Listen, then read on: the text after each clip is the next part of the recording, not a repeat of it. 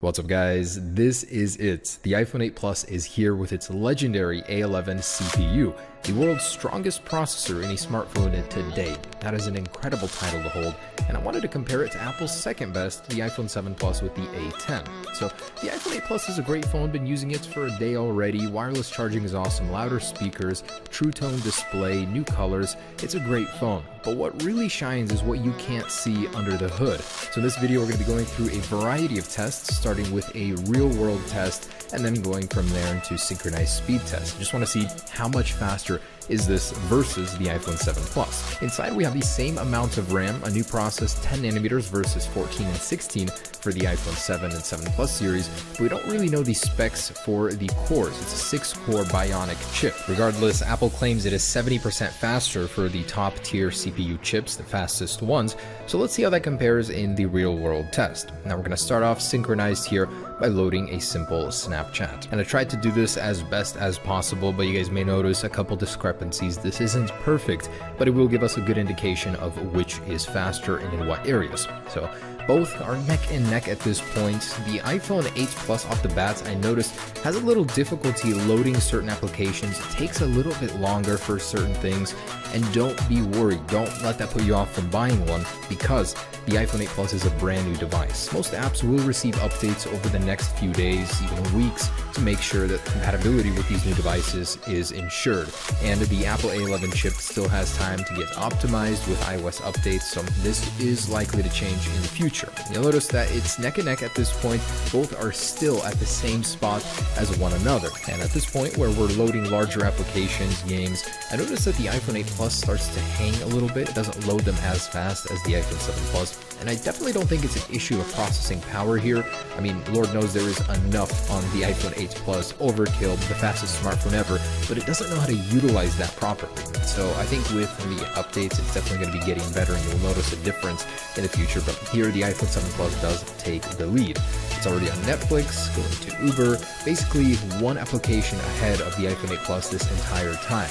I mean, literally like clockwork here. And believe it or not, I actually had to refilm this scene several times just because iOS 11 was making apps crash and compatibility issues. It was really frustrating to film this video. So do take that into consideration. iOS 11 slows them down in general. But at this point, the iPhone 8 Plus leapt ahead for just a second before the iPhone 7 Plus caught up. And this is a minute and 30-second 4K, 30 frames per second video, so nothing too special, something you're going to see fairly commonly now, and we're importing them, compiling them, and exporting the very same video. This is where it kind of struck me, wow, the iPhone 7 Plus is so well optimized. The same video for the same compilation and export, it was faster. It's already saving the video while the iPhone 8 Plus is still compiling that video, and that's a very interesting thing to see. And I certainly hope you guys don't take this test the wrong way. The iPhone 8 Plus is the faster phone. It is proven, it is there, the processing power, everything. It's just a test like this is basically testing optimization, animation, speed, all of that combined. Anyways, the iPhone 7 Plus has finished with round 1 at a staggering 2 minutes and 29 seconds. So pretty in line with past results that I've had in the speed tests. And going back into the applications, you can see that everything is still preloaded, exactly where I left it. So I have no issues here like I had on the Galaxy S8 where everything started to reload. And I highlight this because take note, the iPhone 8 Plus at 2 minutes and 49 seconds, when it starts its round 2, has these issues. You'll notice that in some of the applications, they start needing to be reloaded, and the camera had some issues taking some pictures. The Google Maps app crashed on me, those compatibility issues again. Photoshop Express did not save where it was, so I had to go and export that once again. And Minecraft completely reset. It wasn't where I left it mid-game. For whatever reason, maybe it was the 4K video compilation that cleared out the app switcher, started deleting apps in it, and I had to reload them. Mario Run got reset as well. So this is a very interesting thing to see on an iPhone. I was always proud of memory utilization on the iPhones. It looks like the iPhone 8 Plus just doesn't have it, what the iPhone 7 Plus has, that optimization. Once again, Asphalt again, needed to be reloaded. This is super surprising for me to see. And moving on to Grand Theft Auto San Andreas, it also needed to be reloaded. So all of the heavy applications did need to be reloaded in the app switcher. Again, very surprising to see from Apple, but something in the future that will be fixed, will be resolved. From here on out, I noticed all of the lighter applications, stuff like Zynga Poker, Netflix, Uber, everything was still where I left it. Those did not get reloaded. It was the heaviest usage applications that in the background got cleared while exporting that 4K video. So this is the final result here. We've got 4 minutes and 10 seconds for the total result on the iPhone 8 Plus versus 3 minutes and 2 seconds on the iPhone 7 Plus. That is a full minute in between them. And round 2, reloading the already loaded applications took much longer on the iPhone 8 Plus just because it started clearing those apps out. Something to consider maybe, but again, will be fixed in the future. Well, I never. A newer iPhone is slower than an older one, something I would have never predicted to actually happen. Now, we all know that's most likely probably because it's a new iPhone, it hasn't been optimized, it hasn't been fully taken advantage of. All of the apps are for the existing iPhones, and I don't blame it for being slower. It is not a slower phone, these apps are just not optimized for it. Anyways, I wanted to do a quick power down startup test here, see how long it takes the new iPhone to start up compared to the older one. Both running the latest iOS 11.0 firmware. At the time, the first one of the new iOS 11 line. Honestly, really buggy, really terrible battery life on my 7 Plus, so I'm not liking that. Hopefully it gets better. Anyways, in 3, 2, 1, and they are off. So these are completely different in terms of speed. This one is almost double the benchmarks of the iPhone 7 Plus. It is ridiculous just how incredibly powerful it is in the multi-core score. Anyways, we've got the flashing. Oh wow, that was incredibly fast here. Oh my goodness, I did not expect that.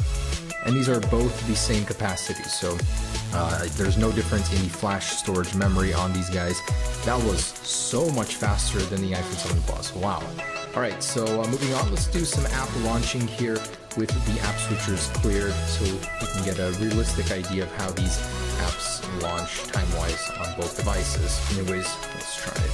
Over here with camera 1, 2, 3. Maybe a little bit faster on the 8 Plus. Instagram 1, 2. About the same there. Snapchat 1, 2. Same in Google Maps 1, 2.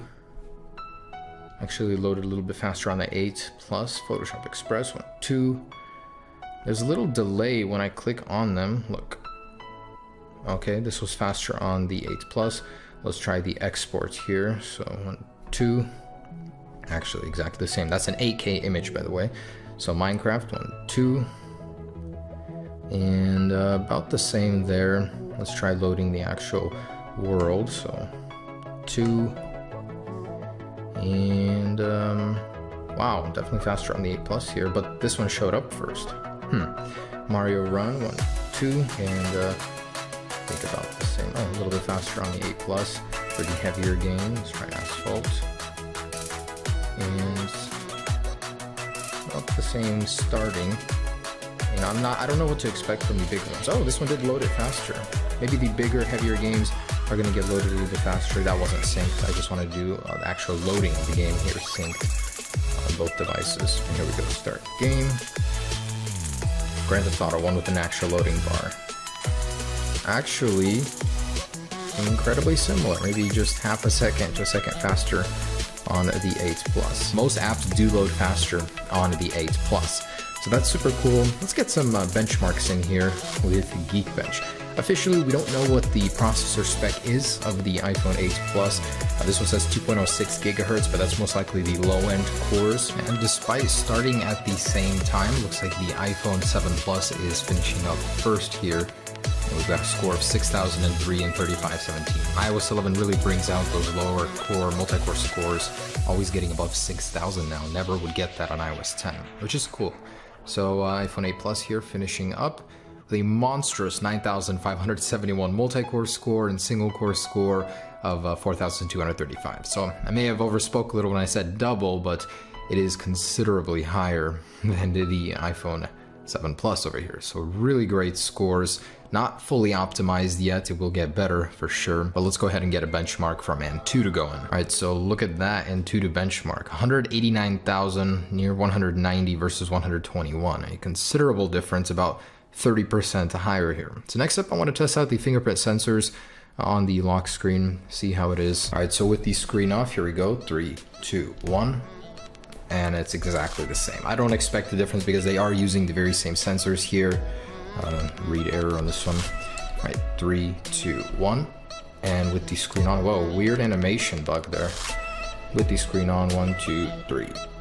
Exactly the same. So same second generation Touch ID. It'll be more of a fight between Face ID and Touch ID, but this one is exactly the same. All right, guys, there it is. That is the ultimate speed test comparison of the iPhone 8 Plus to the iPhone 7 Plus. Are you guys surprised? Do you guys think this will change with time like I do? Are you optimistic about that?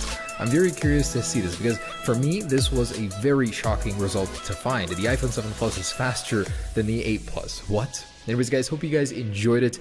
Peace.